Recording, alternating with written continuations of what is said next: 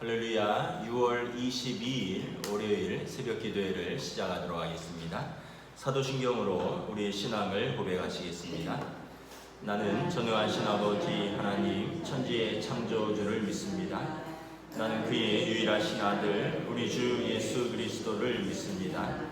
그는 성령으로 잉태되어 동정녀 마리아에게서 나시고 본디오 빌라도에게 고난을 받아 십자가에 못 박혀 죽으시고 장사된 지 사흘 만에 죽은 자 가운데서 다시 살아나셨으며 하늘을 오르시어 전능하신 아버지 하나님 우편에 앉아 계시다가 거기로부터 살아있는 자와 죽은 자를 심판하러 오십니다. 나는 성령을 믿으며 거룩한 공교회와 성도의 교제와 죄를 용서받는 것과 몸의 부활과 영생을 믿습니다. 아멘.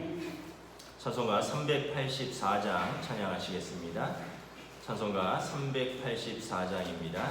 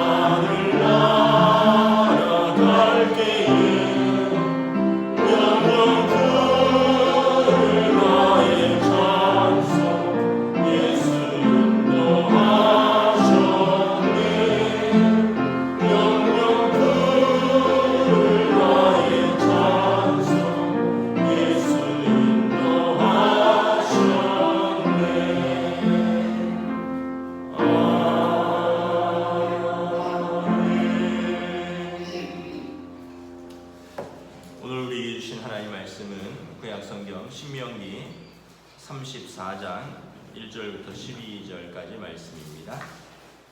구약성경 신명기 34장 1절부터 12절입니다.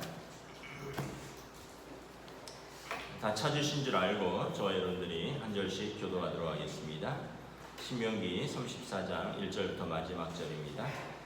모세가 모압 평지에서 느보산에 올라가 여리고 맞은편 비스가산 꼭대기에 이름에 여호와께서 길르앗 온 땅을 단까지 보이시고 에브라임과 므낫세 땅과 서해까지 유다 온 땅과 네겝과 종려나무의 성읍 여리고 골짜기 평지를 소알까지 보이시고 여호와께서 그에게 이르시되 이는 내가 아브라함과 이삭과 야곱에게 맹세하여 그의 후손에게 주리라 한다니라. 내가 내 눈으로 보게 하였거니와 너는 그리로 건너가지 못하리라 하시매. 이에 여호와의 종 모세가 여호와의 말씀대로 모압 땅에서 죽어 벳볼 맞은편 모압 땅에 있는 골짜기에 장사되었고 오늘까지 그의 묻힌 곳을 아는 자가 없느니라. 모세가 죽을 때 나이 120세였으나 그의 눈이 흐리지 아니하였고 기력이 쇠하지 아니하였더라. 이스라엘 자손이 모압 평지에서 모세를 위하여 애곡하는 기간이 끝나도록 모세를 위하여 30일을 애곡하니라.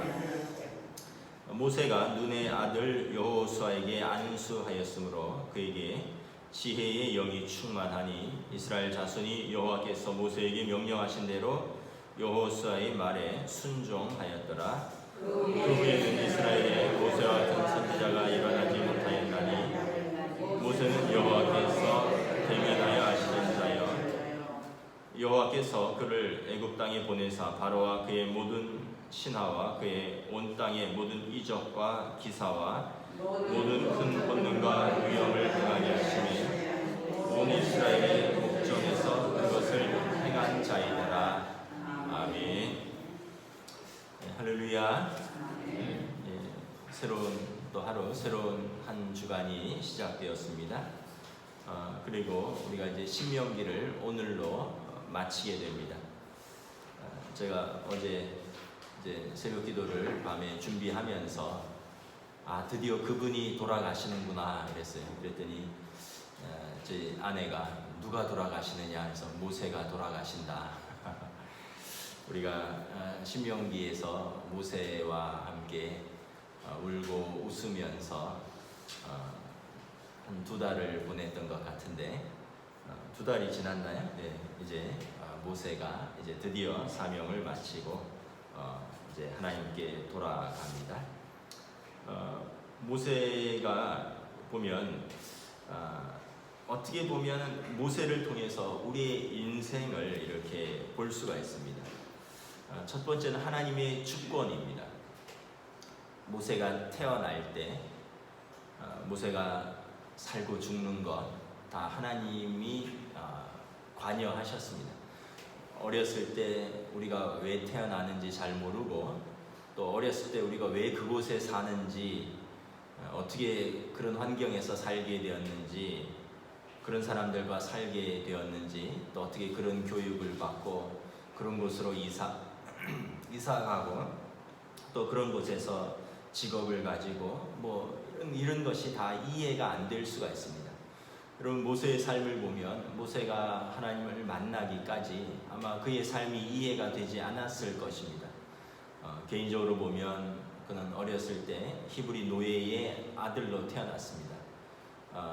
죽을 뻔했지만 간신히 살았고 그리고 애굽의 궁정에서 공주의 왕자로 입양이 되어서 또 남부러울 것 없이 또 사는 것 같았습니다. 그러다가 갑자기 또 여러 가지 사건에 휘말리게 되고 히브리인이라는 것이 들통나고 그가 그 궁정을 또 원치 않게 떠나게 됩니다.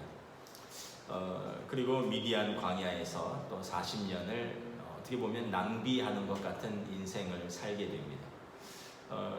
어떻게 보면 모세가 잘 이해가 가지 않았을 것입니다. 왜 내 출생이 이래야 되는지 또 잠시 운이 좋다가 또 다시 운이 나빠지고 또 이곳에 살다가 원치 않게 저곳으로 옮겨야 되고 그러나 돌아보면 이 모든 것은 하나님의 주권이었습니다. 하나님의 간섭하심, 하나님의 섭리 속에 있었다라는 것입니다. 저와 여러분들이 태어난 곳도 다르고 태어난 부모님도 다르고 각기 받은 교육도 다르고 살았던 장소도 다르지만 그 속에 다 하나님의 섭리와 주권 속에 있음을 깨닫게 됩니다. 하나님은 모세의 인생의 전반을 평가하십니다. 우리는 마지막을 주로 평가하는 그런 경향이 있습니다. 뭐 성공했다, 실패했다, 뭐 마지막이 좋았다, 나빴다, 뭐그 정도만 평가를 하지만 하나님은 모세의 인생의 전반을 평가하십니다. 모세의 인생은 3단계로 나눌 수 있죠. 애굽의 궁정에서의 40년, 미디안 광야에서 이제 결혼 생활을 하면서 양떼를 칠 때의 목자로서의 40년, 그리고 하나님의 부르심을 받고 이스라엘 광야에서 이스라엘을 광야로 이끌고 요단강까지 인도하는 그 40년입니다. 어떻게 보면 처음 애굽에서의 40년은 하나님과 전혀 상관이 없는 세월 같기도 합니다. 애굽에서 왕자로 살 때 하나님과 무슨 관계가 있단 말인가? 그러나 그곳에서 모세는 최고의 교육을 받으며 하나님의 사람으로 준비되어 갔습니다. 군사와 경제와 정치와 지리와 리더십에 대한 모든 교육을 왕자로서 받았을 것입니다. 두 번째는 미디안의 광야의 40년입니다. 개인적으로 보면 모세 인생에서 실패한 40년, 잃어버린 40년이라고 생각해도 될 것입니다. 왜냐하면 애굽에서의 40년은 그래도 왕자로서 살았던 시간인데, 미디안 광야의 40년은 인생의 가장 가운데 토막인데 모세 개인적으로 생각하면 별 의미가 없는 시간일 수도 있습니다. 누구도 인정받지 않고 누구도 큰 일을 했다라고 성경에 기록되지 않습니다. 그곳에서 물론 이제 결혼하고 두 아들을 낳고 양을 치웠습니다. 그러나 그 광야에 시간이 있었기 때문에 인생의 후반부에 하나님의 백성을 이끌고 그 광야를 인도할 수 있었던 것입니다. 개인적으로 보면 인생에서 무의미한 시간, 실패의 시간 같았지만 그 시간에 하나님께서 모세를 이스라엘의 목자로 구비시키고 훈련시키는 시간이었던 것을 알 수 있습니다. 마지막 광야 40년은 하나님의 모세 입장에서 보면 고생과 수고의 시간이었습니다.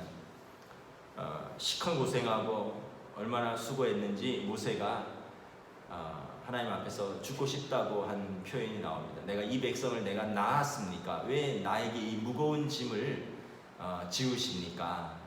계속 백성이 불순종하고 우상 숭배하고 원망할 때 모세가 오죽하면 내가 이 백성을 내가 낳았느냐? 하나님 왜 나한테 이 무거운 짐을 지우시느냐? 이렇게 고생과 수고를 했는데 오늘 본문에 보면 결국 모세는 약속의 땅에 들어가지 못합니다. 그럼 우리가 생각할 때 이 사람 실패한 것이 아니냐? 결국 약속의 땅에 들어가는 것이 목적인데 거기 못 들어갔으니 죽도록 고생만 하고 실패한 인생이 아니냐? 그러나 그렇지 않습니다. 하나님께서는 모세에게 가나안 땅 입성보다 더 영원한 안식을 허락하여 주셨습니다. 하나님께서 모세의 사명은 여기까지다. 이제 너는 그 땅을 눈으로 보고 그리고 너의 그 위대한 사명, 또 힘들고 수고한 그 사역을 이제 여호수아에게 넘겨주고 너는 내 안에서 안식하라. 사람들이 생각할 때는 어떻게 보면 실패했다라고 생각할 수 있지만 하나님은 그것으로 모세를 위로하셨습니다. 결국 모세의 인생은 전 과정이 하나님의 손에 붙잡혀 있었고 하나님과 함께 하였고 하나님께서 인정한 사역자였습니다. 우리도 이렇게 생각을 해볼 때 우리 인생에서도 잘 나갈 때가 있었고 또 혹시나 뭐 일정 기간은 또 실패했다고 생각할 순간도 있고 또 내 인생에서 무의미한 시간이었다. 또 내 인생에서 좀 잃어버린 시간들이었다 이렇게 생각할 수도 있지만 사실은 그 순간까지도 하나님께서 우리 인생을 간섭하고 계시고 우리를 돌보고 계시고 우리를 또한 준비시키고 계시고 함께하고 계시는 순간이라는 것을 깨닫습니다. 결국 모세는 마지막까지 하나님의 음성을 들었던 선지자입니다. 1절부터 3절에 보면 하나님께서 그의 마지막까지 그에게 그 땅들을 보여주셨습니다. 또 4절에 보면 하나님께서 마지막까지 그에게 말씀하셨습니다. 또 8절에 보면 모세는 백성에게 사랑받는 지도자였습니다. 모세가 죽었을 때 모세를 위하여 무려 30일을 애곡합니다. 모든 백성이 국장으로 치르는 거죠. 그러니까 모세 인생은 실패한 인생이 아니었고 하나님과 마지막까지 동행한 인생, 하나님께서 마지막까지 인정하신 선지자, 온 백성의 사랑을 받았던 귀한 하나님의 사람이었습니다. 한 사람에 대한 진정한 평가는 그럼에도 불구하고 떠난 이후에 또 이루어지기도 합니다. 우리가 인사유명, 호사유피란 말이 있죠. 사람은 죽어서 이름을 남기고 호랑이는 죽어서 가죽을 남기는데 모세에 대한 평가가 어떻습니까? 여러분 10절부터 12절 저와 여러분이 교도하도록 하겠습니다. 그 후에는 이스라엘에 모세와 같은 선지자가 일어나지 못하였으니 모세는 여호와께서 대면하여 아시던 자요 여호와께서 그를 애굽 땅에 보내사 바로와 그의 모든 신하와 그의 온 땅의 모든 이적과 기사와 함께 있습니다. 모든 큰 권능과 위엄을 행하게 하시며 온 이스라엘의 목전에서 그것을 행하게 한 자요. 모세 신명기의 마지막 3절이 모세의 마지막 인생을 이렇게 요약해 줍니다. 첫째는 그는 하나님과의 친밀한 관계 속에서 살았던 사람이라는 것입니다. 하나님과 얼굴을 대면하던 사람이었다. 모세가 뭐 큰 일을 하고 이런 것도 중요하지만 모세에게 있어서 가장 행복한 것은 하나님과 얼굴을 대면한 사람이었다라는 것입니다. 두 번째는 하나님이 그를 통해서 위대한 사역을 하셨습니다. 애굽과 바로와 그 백성 앞에서 놀라운 이적과 기사를 행했습니다. 하나님께서 그에게 능력을 부어주셨고 하나님의 손이 그와 함께 하셔서 모세는 애굽에서 바로 앞에서 그리고 자기 백성 앞에서 놀라운 기적과 이적의 위대한 사역을 행했던 선지자였습니다. 그리고 마지막으로는 9절에 보면 하나님의 말씀대로 순종하여 여호수아를 세웠습니다. 사사로의 욕심을 버리고 하나님의 끝까지 순종하고 충성되이 자기의 사역을 여호수아에게 넘겨주었습니다. 7절에 보면 모세가 죽을 때 나이가 120세였습니다. 그러나 눈이 흐리지 아니하고 기력이 쇠하지 아니하였습니다. 우리의 인간적인 욕심은 내가 눈이 흐리지 않고 기력이 쇠하지 않는다면 120세가 아니라 150세라도 더 하고 싶죠. 또 더 할 수 있을 것이라고 생각할 것입니다. 그러나 하나님께서 여호수아에게 안수하고 그에게 위임하라고 명령을 하셨습니다. 모세는 마지막까지 사사로운 욕심이 아니라 하나님의 뜻에 순종하였던 충성스러운 종이었던 것입니다. 그래서 모세에 대한 마지막 평가는 10절에 그 후에 이스라엘에 모세와 같은 선지자가 일어나지 못하였다. 이스라엘의 전무후무한 선지자였습니다. 이스라엘의 역사를 우리가 볼 때 이스라엘이 부족에서 국가로 이렇게 형성될 때의 그 시작은 부족으로 형성되는 시작은 아브라함으로 보고 있고 족장 시대 국가로서의 형성은 모세로 보고 있습니다. 물론 왕으로 세워지고 이것은 사울 다윗이지만 이제 모세 때 한 국가로서의 모습을 갖추게 되는 것입니다. 그리고 이제 하나님께서 새로운 지도자와도 함께 하십니다. 우리 9절 함께 읽도록 하겠습니다. 모세가 눈의 아들 여호수아에게 안수하였으므로 그에게 지혜의 영이 충만하니 이스라엘 자손이 여호와께서 명령하신 대로 여호수아의 말을 순종하였더라.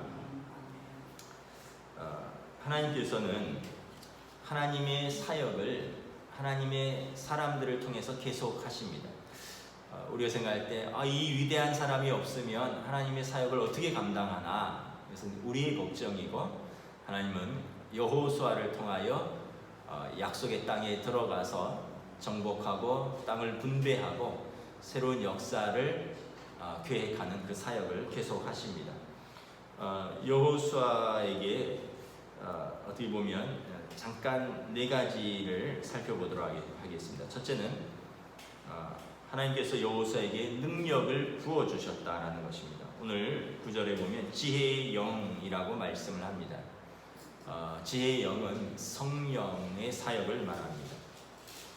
신약시대는 모든 믿는 자에게 선물로 성령님을 주셨지만 구약시대에는 특별한 상황에서 특별한 사람에게 특별한 사역을 위해서 특별하게 부어주셨습니다. 예를 들면 하나님께서 사울에게 사무엘이 기름 부으니 사울이 하나님의 영에 사로잡혀 예언을 시작하더라. 그러나 사울이 불순종하니 하나님의 영이 사울에게서 떠나고 사울이 악령이 들렸더라. 사울은 이스라엘의 초대 왕으로 하나님께서 기름 부어 쓰셨지만 그가 불순종함으로 하나님의 영을 거두어 가셨습니다. 그 자리를 악령이 채웠던 것입니다. 하나님께서 사울 대신에 다윗을 이새의 아들 다윗에 택하셨습니다. 사무엘이 다윗에게 기름 부으니 다윗이 하나님의 영에 충만한 사람이 되었더라. 그래서 이 구약 시대에는 하나님께서 하나님의 일을 감당하기 위해서 특별한 사람들을 성령을 부어주시고 기름 부어주셨습니다. 그리고 구비시켜 주셨습니다. 모세는 오늘 34장 9절에 보면 모세가 여호수아에게 안수했지만 모세의 기도 때문이 아니라 하나님의 기름 부어주심, 하나님의 특별한 은혜로 그가 능력을 받게 된 것입니다. 하나님께서 하나님의 사람에게 감당할 수 있는 능력을 부어주시는 것입니다. 그래서 그런 말이 있습니다. 우리 능력에 맞는 일을 구하지 말고 우리에게 맡겨진 일에 합당한 능력을 구하라. 여러분, 저와 여러분이 능력이 얼마나 되겠습니까? 그래서 우리에게 합당한 우리 능력에 맞는 일을 구하면 하나님의 일에 한계가 있습니다. 그러나 하나님께서 맡겨주신 일에 합당한 능력을 구하면 하나님께서 그 일에 합당한 능력을 부어주신다는 것입니다. 여호수아가 대표적인 경우입니다. 또한 여호수아에게 하나님께서 지혜를 주셨습니다. 하나님의 신은 지혜의 영입니다. 지혜는 지식과 다른 것입니다. 지식은 공부 많이 하고 많이 읽고 많이 듣고 이것도 지혜일 수 있지만 그러나 이 지혜는 그런 지적 능력 이상의 것입니다. 분별력이 있고 통찰력이 있고 남들이 볼 수 없는 것을 보는 비전을 볼 수 있는 능력입니다. 여러분, 아무리 공부 잘해도 시골의 할머니보다 지혜가 부족할 수 있습니다. 이 지혜는 좀 특별한 것 같습니다. 여호수아에게 하나님께서 이제 약속의 땅을 건너가서 그곳에서 7년간 정복 전쟁을 치러야 하고 그리고 12지파가 땅을 골고루 잘 분배해야 되고 그 이후에도 백성들을 어떻게 하나님 앞에 잘 예배드릴 수 있도록 격려할 것인가, 이런 모든 군사적인 것, 또 어떤 땅을 분배하는 것, 또 제사장으로서 예배를 잘 드리도록 격려하는 것, 이 모든 것에는 하나님의 지혜가 필요하다는 것입니다. 영적 민감함이 필요한 것입니다. 영적인 분별력과 통찰력이 필요한데 하나님께서 여호수아에게 이것을 아낌없이 부어주셨습니다. 또한 여호수아는 가르침을 잘 받은 사람입니다. 어느 날 여호수아가 갑자기 혜성처럼 등장한 사람이 아닙니다. 여호수아는 모세의 시종이었습니다. 비서였습니다. 여호수아가 모세의 안수 한 번에 어떤 능력을 받게 된 것이 아닙니다. 여호수아는 모세의 광야 40년 동안 모세와 동행하면서 모세가 어떻게 하나님의 음성을 듣는지, 모세가 갈등과 고민 속에서 어떻게 씨름하며 이겨내는지, 모세가 어떻게 적군과 싸우는지, 모세가 어떻게 자기 백성을 인도하는지를 지근거리에서 지켜본 젊은이였습니다. 여호수아는 눈에 띄지 않는 곳에서 40년 동안 신실했던 사람이었습니다. 그러므로 지금 책임 있는 일을 맡을 수 있도록 지금 세워지는 것입니다. 여호수아는 오랜 세월 동안 회막 뒤에서 모세로부터 수많은 것을 배웠을 것입니다. 그리고 이제 그가 배운 것을 이스라엘에게 전달할 책임 있는 지도자로 세워지는 것입니다. 여러분, 어느 순간 한 번에 이루어지는 것은 없습니다. 모든 것은 과정이 있고 훈련의 시간이 있습니다.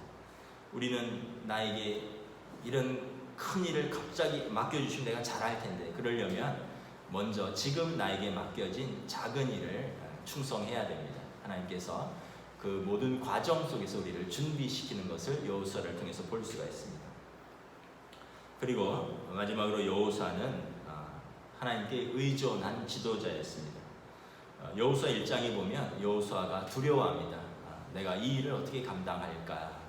그랬는데 하나님께서 그를 격려하십니다. 두려워하지 말아라. 내가 모세와 함께 했던 것처럼 내가 너와 함께 하겠다. 두려워하지 말아라. 강하고 담대하라. 좌로나 우로나 치우치지 말아라.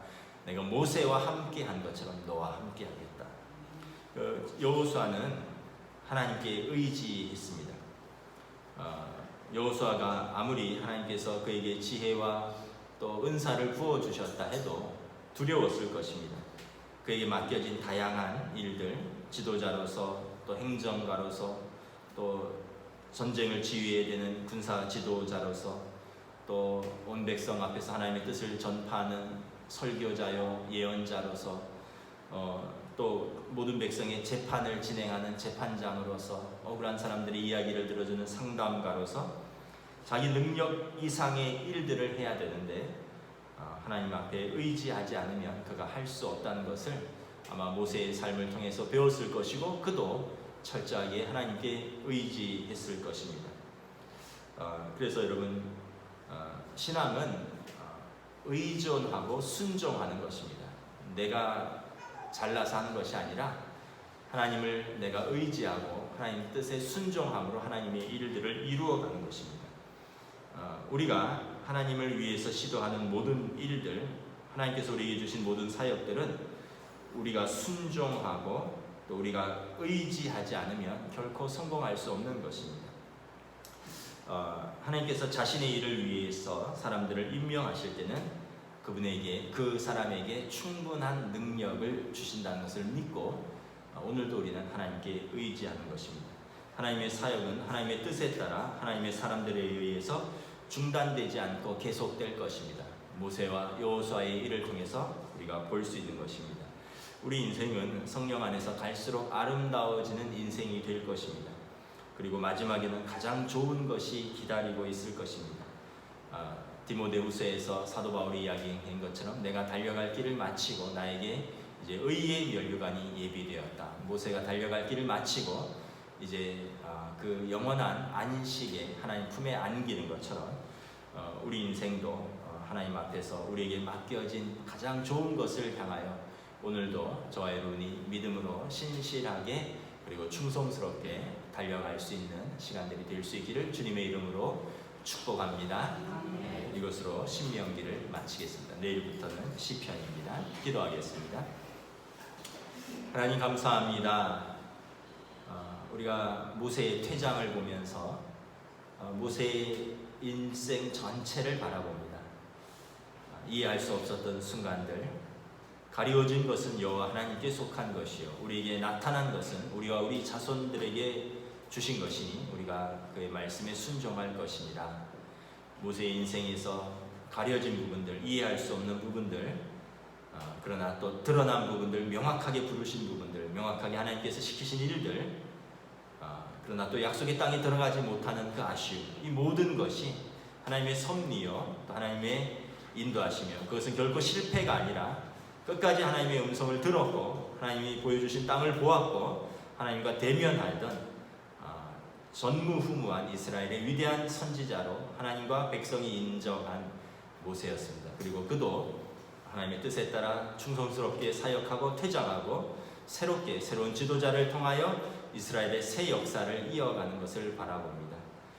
우리 인생에 있어서, 우리의 삶에 있어서, 우리의 모든 과정 속에서 하나님의 간섭이 있고 하나님의 인도하심이 있음을 깨닫고 우리가 낙심하지 않고 후회하지 않고 주저하지 않고 우리에게 남겨진, 우리에게 기다리고 있는 더 크고 위대한 영광스러운 미래를 바라보며 오늘 하루를 하나님 앞에서 충성스럽게 걸어갈 수 있는 귀한 믿음의 하루로 인도하여 주시옵소서. 감사를 드리오며 우리 주 예수 그리스도 이름으로 기도드리옵나이다.